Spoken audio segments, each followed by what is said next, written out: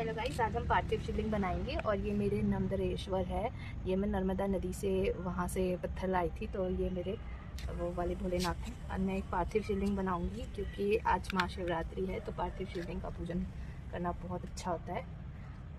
ये मैंने पहले बनाए हुए थे, अब मैं दोबारा इसी मिट्टी को इकट्ठा करके एक शिवलिंग बना देती हूँ, पार्थिव शिवलिंग। इस तरीके से आप भी पार्थिव शिवलिंग का निर्माण घर पे कर सकते हो।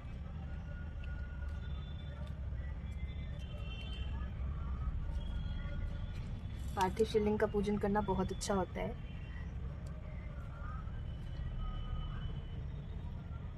महाशिवरात्रि के दिन ऐसा माना जाता है कि आप पार्थिव शिवलिंग कहीं पर भी कितने भी निर्माण करते हैं, सब में भगवान शिव जी का वास होता है और उसका पूजन करने का फल किसी भी मंदिर के, तीर्थ के, किसी भी पवित्र स्थल के शिवलिंग के पूजा पाठ करने के समान ही प्राप्त होता है।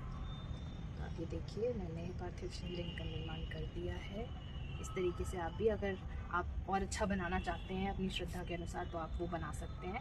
ये मैं इनको भी साथ में इनके पूजन करूँगी। तो देखिए, मैंने बेलपत्र के पौधे में ये अपना पार्थिव शिवलिंग का निर्माण किया है। आप तुलसी का पौधा छोड़ के किसी भी पौधे में इस तरीके से शिवलिंग बना सकते हैं। बस तुलसी के पौधे में मत बनाइएगा, इस बात का आपको खास ध्यान रखना है। अब हम इनका पूजन करेंगे, भगवान शिव और शिव परिवार का आह्वान करते हुए हम इनका पूजन करेंगे। मैं आपको पूजन विधि भी दिखा देती हूँ कि आप किस प्रकार से पार्थिव शिवलिंग की पूजा कर सकते हो। आप यहाँ पर कोई शिवलिंग या कोई इस प्रकार से आपके पास पत्थर हो, उनका भी साथ में आप पूजन कर सकते हो। जैसे मैं नर्मदा नदी से ये पत्थर लाई थी, तो ये भी शिवलिंग ही माने जाते हैं।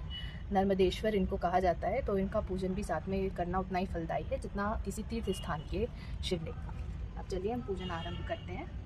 हाथ जोड़ के मैं एक बार अपने हाथ साफ करके फिर मैं इनका पूजन आरंभ करूँगी भगवान शिव के आह्वान के साथ।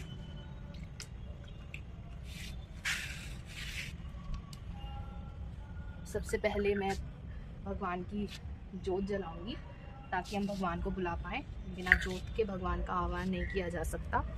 तो दिए को कभी भी पृथ्वी पर नहीं रखते, तो इसलिए मैं उसके नीचे कोई दाल चावल जो भी आपके पास हो आप वो चढ़ा दें। अब मैं 2 बत्ती के साथ भगवान शिव के पूजन करूंगी। ये शिव शक्ति की बत्तियां हैं, एक भगवान शिव के लिए और एक पार्वती माता के लिए। गाय के घी की हम जोत जलाएंगे।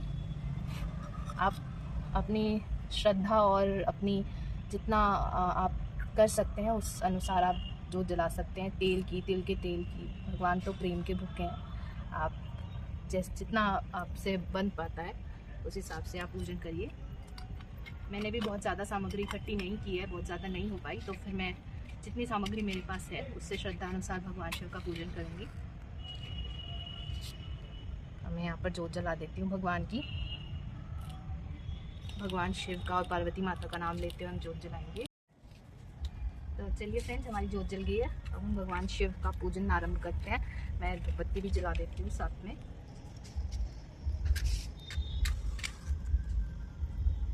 आप धूपबत्ती और ये जोत जलाते समय भगवान शिव का नाम ले सकते हैं। राधा नाम, राम नाम का जप भी बहुत अच्छा माना जाता है जब हम शिव जी के सामने पूजा करते हैं। तो श्री शिवाय नमस्तुभ्यम, आप श्री शिवाय नमस्तुभ्यम, राधा नाम या श्री राम नाम का जप करते हुए भगवान शिव का पूजन कर सकते हैं। ओम नमः शिवाय, ओम नमः शिवाय, ओम नमः शिवाय, राधा राधा राधा श्री राधा श्री राधा।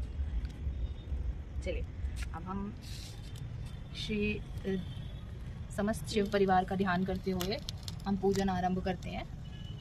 सबसे पहले हम गणपति जी को जल चढ़ाएंगे। ओम गण गणपति नमः, ओम कार्तिक देवाय नमः, ओम अशोक सुंदरी नमः, ओम ऐं ह्रीं क्लीं चामुण्डाय विद्ये, श्री शिवाय नमस्तुभ्यम। ओम गण गणपति नमः, ओम कार्तिक देवाय नमः, ओम अशोक सुंदरी नमः, ओम ऐं ह्रीं क्लीं चामुण्डाय विद्ये, श्री शिवाय नमस्तुभ्यम। इस तरह आप समस्त शिव परिवार को स्नान करा सकते हैं। सिर्फ हम ये सब कुछ शिव जी के पर दूध, दही, घी, शहद सबका जो हमने एक साथ मिश्रण तैयार किया है, हम इसको भी शिव जी पर अर्पण करेंगे। ओम गण गणपति नमः, ओम कार्तिक देवाय नमः, ओम अशोक सुंदरी नमः, ओम ऐं ह्रीं क्लीं चामुण्डाय विद्ये, श्री शिवाय नमस्तुभ्यम। ओम गण गणपति नमः, ओम कार्तिक देवाय नमः, ओम अशोक सुंदरी नमः, ओम ऐं ह्रीं क्लीं चामुण्डाय विद्ये, श्री शिवाय नमस्तुभ्यम। राधा राधा राधा राधा राधा राधा। हमने जल और दूध, दही, शहद, घी, शक्कर सब कुछ भगवान शिव को अर्पण कर दिया है। अब हम हाथ जोड़ के भूल चूक की क्षमा हम मांग लेंगे और भगवान शिव से कहेंगे कि वो हमारी ज़िंदगी में आएँ और सब कुछ मंगल करें। अब हम बेलपत्र भगवान शिव को अर्पण करेंगे। आप बेलपत्र पर राम नाम लिख सकते हैं। कहा जाता है पार्वती माता जब शिव जी की प्राप्ति के लिए उनका पूजन करती थी, उनका ध्यान करती थी, तब वो राम नाम लिखकर ही बेलपत्र भगवान शिव को अर्पण करती थी। तो उन्हें बेलपत्र, राम नाम लिखा हुआ बेलपत्र अर्पण कोई करता है तो वो बहुत प्रसन्न होते हैं। मैं बेलपत्र भगवान शिव को अर्पण करती हूँ, भूल चूक के लिए क्षमा मांगते हुए, भगवान शिव का ध्यान करते हुए। अब हम 2-3 तरह की दालें हैं और इसमें काले तिल इसमें हैं। जो भी आपके पास सामग्री है, जो भी चावल, अगर दालें नहीं, चावल, सफ़ेद और काले तिल जो भी आपके पास हैं वो भगवान शिव को अर्पण कर सकते हैं। भगवान शिव प्रेम के भूखे हैं। अब मैं दोबारा से एक बार जल का स्नान भगवान को कराऊंगी, क्योंकि अभी हमने दूध दही अर्पण किया है, तो उनको एक बार और सादे जल से हम स्नान कराएंगे। दिवाय नमः, शोक संतरी नमः, ओम ऐं ह्रीं क्लीं चामुण्डाविचम, श्री शिवाय नमस्तुभ्यं, राधा राधा राधा। सब कुछ करने के बाद अब हम एक कलावा वस्त्रम समर्पयामि बोलते हुए भगवान शिव को समर्पित कर देंगे। हाथ जोड़ते हुए फिर से भगवान से भूल चूक की क्षमा मांगेंगे। अब हम अबीर यानी कि गुलाल भगवान शिव को अर्पण करेंगे। श्री शिवाय नमस्तुभ्यं, श्री शिवाय नमस्तुभ्यं। आप सरसों का तेल भी भगवान शिव को अर्पण कर सकते हैं। वो अर्पण करने से भी आपके सभी शत्रुओं का और जितनी अगर कोई हानि आपको हो रही है कारोबार में, उससे भी आपको मुक्ति मिलेगी। अब मैं कपूर भगवान शिव के दिए में डाल वो करते हुए कपूर की आरती हम करेंगे भगवान शिव की।